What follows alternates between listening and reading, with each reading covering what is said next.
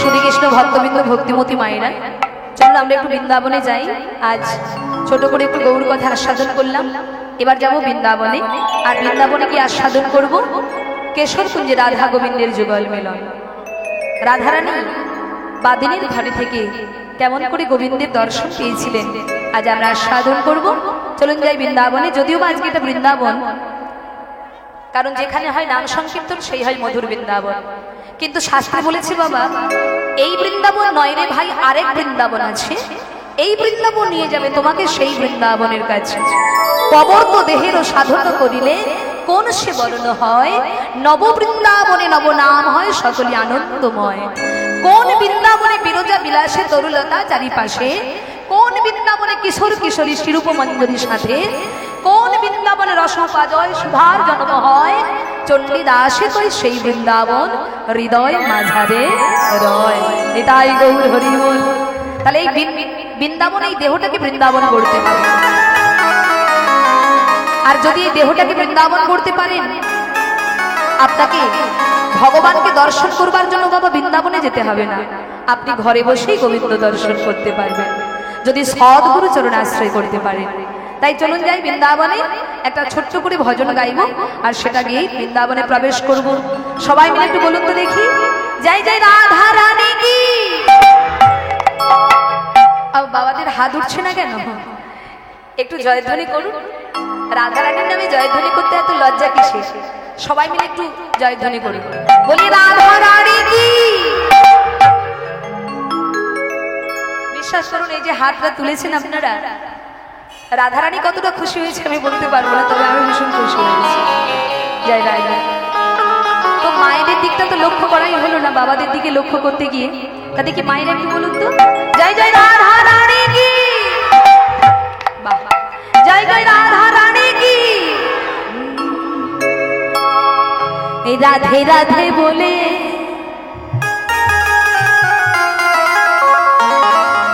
সবাই দুটি বাহু তুলে, চলো যাই বৃন্দাবনে,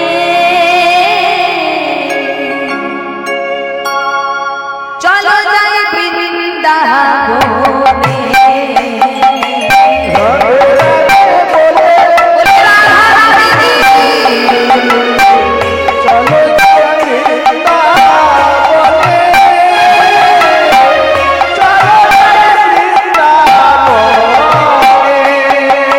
রাধে রাধে বলে দুটি বাহু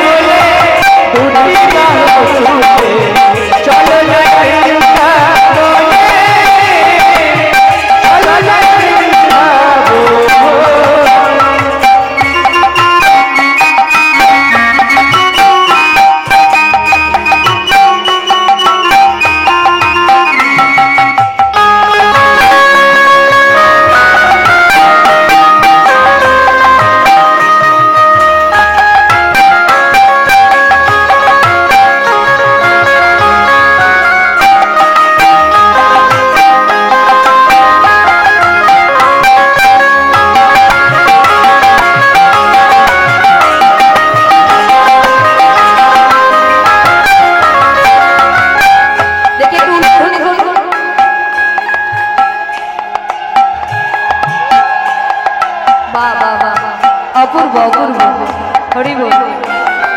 তা বৃন্দাবনে গিয়ে কি দেখবো মা? বৃন্দাবনে গিয়ে কি দেখবো জানা? রাধা কুণ্ড শ্যাম কুণ্ড,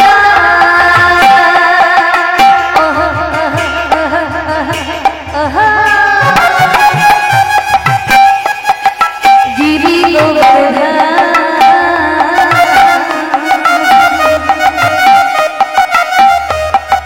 মধুর মধুর শিশারে সেই কবিতানো, মধুর মধুর শিশারে সেই কবিতানো, রাধা কুণ্ড শ্যাম কুণ্ড,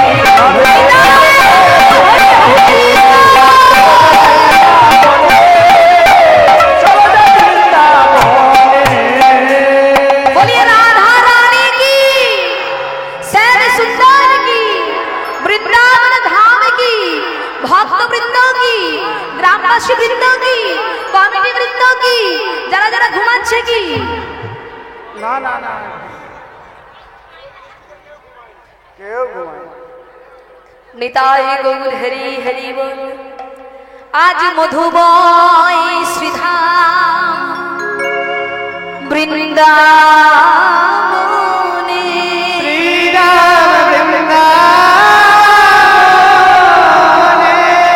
প্রেমময়ী রাধারানী অষ্ট সখীর শিরোমণি,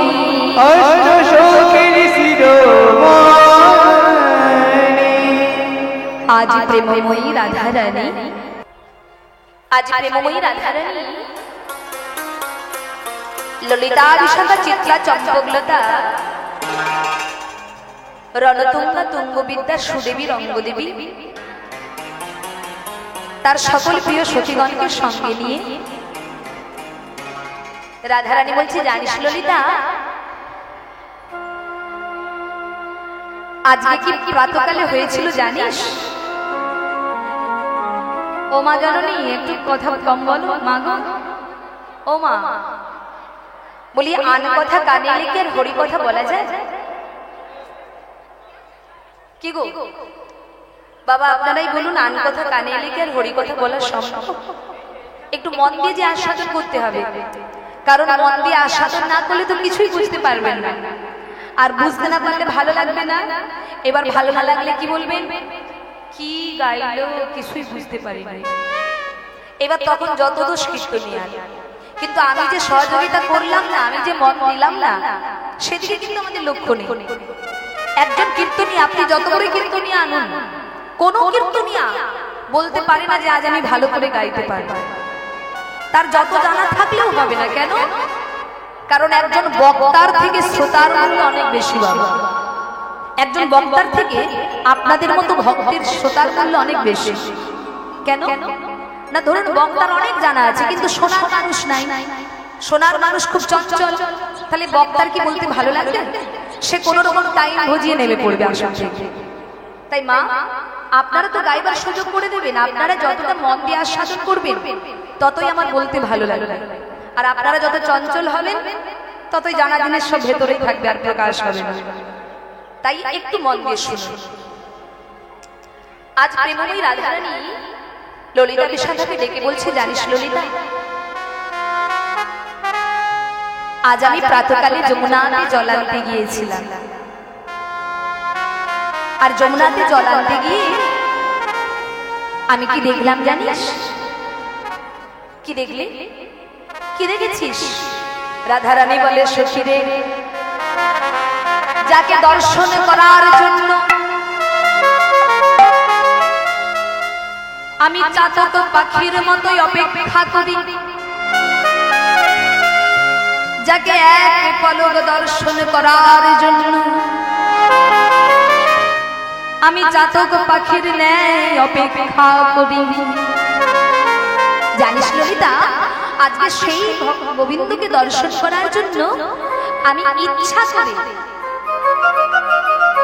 মা শাশুড়ি মায়ের আনা জল ফেলে দিয়ে, শাশুড়ি মা জল এনে রেখেছে, আর সেই জল ফেলে দিয়ে জল আনবার ছলনা করে আজ আমি জল আনবার ছলনা করে যমুনার ঘাটে যাচ্ছিলাম। আমার উদ্দেশ্য তো জল আনা নয়, আমার উদ্দেশ্য ছিল গোবিন্দকে এক পলক দর্শন করবার। আমার উদ্দেশ্য ছিল গোবিন্দকে একবার দেখব। এই আশা নিয়ে আমি জল আনতে যাচ্ছি বটে, কাছে আমার কলসি আছে বটে, কিন্তু আমার লক্ষ্য রয়েছে চারিদিকে। এক পদ যাই আর চাই, এক পদ যাই আর চাই, যদি দেখা হয়, যদি দেখা হয়। আর এইভাবে যখন এক পা করে যাচ্ছি, হঠাৎ কি দেখলাম জানিস? কি দেখলি ললিতা? যাকে দর্শন করবার জন্য এত আগ্রহী, হঠাৎ দেখলাম কি? হঠাৎ তাকিয়ে দেখলাম আহা রসের নাগর,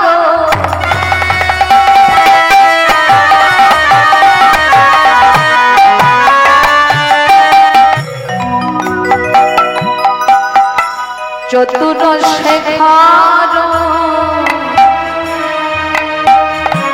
উপরে নিত সেই পথে,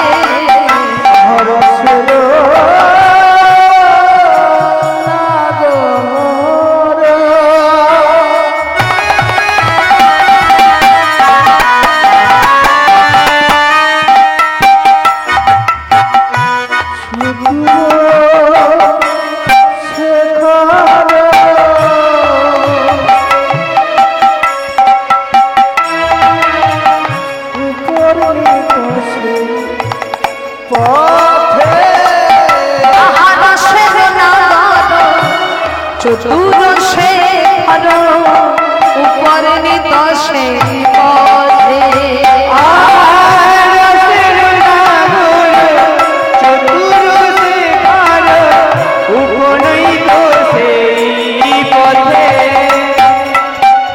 আবার শিরে পরশিরে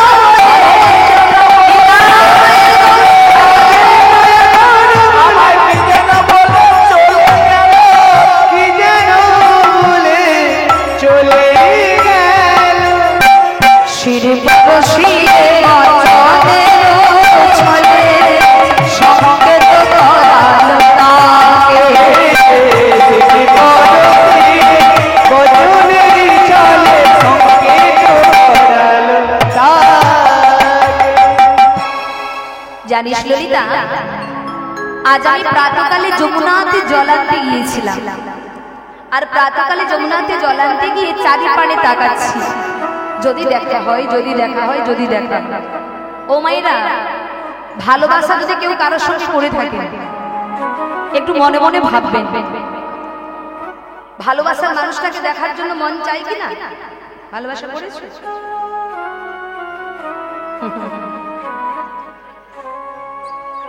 মা ঠিকই বলেছে। এই আজকে যারা আপনারা এখানে রাত জেগে বসে আছেন না, আপনারা প্রত্যেকেই ভালোবাসা করেছেন। ভালোবাসা করেন? এই ভালোবাসা করেছো বলে না, ভালোবেসেছো বলে কিন্তু আজকে বসে আছো এখানে। কাকে? গোবিন্দের নাম কি? তার নাম ভালোবেসেছো বলেই কিন্তু আজকে রাত জেগে এই বৃষ্টির মধ্যেও তোমরা বসে আছো। তো মায়েরা, ভালোবাসা যদি কেউ কারোর সঙ্গে করে থাকেন একটু মনে মনে ভাববেন। বাবা রাধারানী বলছে, জানিস ললিতা, আমি যাকে দর্শন করবার জন্য অপেক্ষা করছিলাম, হঠাৎ দেখলাম আমার প্রাণ বধূ আসছে। কিন্তু জানিস ললিতা, কথা বলতে ইচ্ছে হলে বলতে পারি না। কেন? কেন আবার? ওই যে দাদা বলরাম ছিল সঙ্গে। স্বাভাবিক মায়েরা, গুরুজন সঙ্গে থাকলে সরাসরি নায়িকার সঙ্গে কথা বলা যাবে না। কিন্তু বাবা, যারা চালাক হবে তারা ঠিক কথা বলে নেবে। কি করে বলবে? ধরুন বাবা, আমি নায়ক আর ইনি হলে আমার দাদা। এদিকে একটু লক্ষ্য করবেন সবাই। ধরুন আমি নায়ক, ইনি হলেন আমার দাদা, আর আমি দাদার সঙ্গে রাস্তা দিয়ে যাচ্ছি। তো হঠাৎ দেখলাম আমার নায়িকা আসছে পথ দিয়ে। কিন্তু মা, দাদা আছে, কি করে নায়িকার সঙ্গে কথা বলবো? এখন যেমন সরকার একটা সুযোগ সুবিধা করে দিয়েছে, এখনকার দিনের মতো সুযোগ তো আগেকার দিনের আপনাদের বেলায় ছিল বাবা। ওই যে মোবাইলে হ্যালো আর গেল, এই সুযোগটা তো আপনাদের বেলায় ছিল না, আমাদের বেলায় হয়েছে। তো মায়েরা, তো ধরুন আমি দাদার সঙ্গে যাচ্ছি রাস্তা দিয়ে, হঠাৎ দেখছি নায়িকা আসছে। এবার নায়ক কি করছেন দেখুন, নায়িকার সঙ্গে কথা বলবে বলে কি করছে, দাদাকে সামনের দিকে এগিয়ে দিয়েছে। মানে একই গতিতে দুই ভাই হাঁটছিল, কিন্তু নায়িকাকে দেখে নায়কের হাঁটার গতিবেগ একটু কমে গেছে, আর দাদা এগিয়ে গেছে। আর যেই দাদা এগিয়ে গেছে, ভাই পিছনে হয়ে গেছে। এবার যখন ভাই পেছন হলো, ঠিক ওই মুহূর্তে যখন নায়িকা সাইড নিচ্ছে ওই ক্রসিং পয়েন্ট, ওই সময় ওই ক্রসিং পয়েন্টে নায়ক কি করেছে, নায়িকার সঙ্গে ইশারা করে কথা বলছে। গুরুজন আছে অথচ ইশারা করে।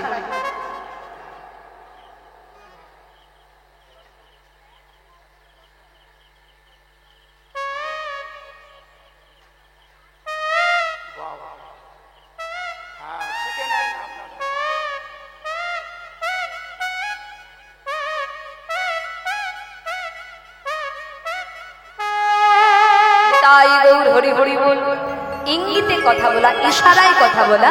তো রাধারানী বলছে, জানিস ললিতা, আজ আমি যমুনাতে জল আনতে গিয়েছিলাম, হঠাৎ দেখলাম দাদা বলরামের সঙ্গে আমার গোবিন্দ আসছে, কিন্তু কথা বলার ইচ্ছে হলে বলতে পারি না, তো দাদা সঙ্গে ছিল বলে।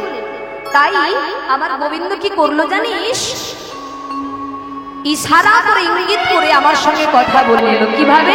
ওই যে সেজে সিঁড়ি পরশিয়ে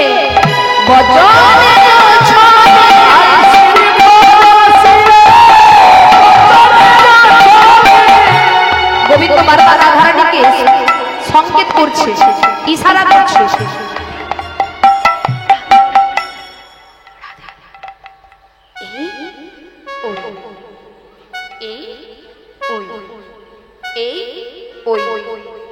বারবার গোবিন্দ কি করছে, শির পরশে বচনের ছলে, বচনের ছলে সংকেত করালো তাকে, সংকেত করালো তাকে, আর সংকেত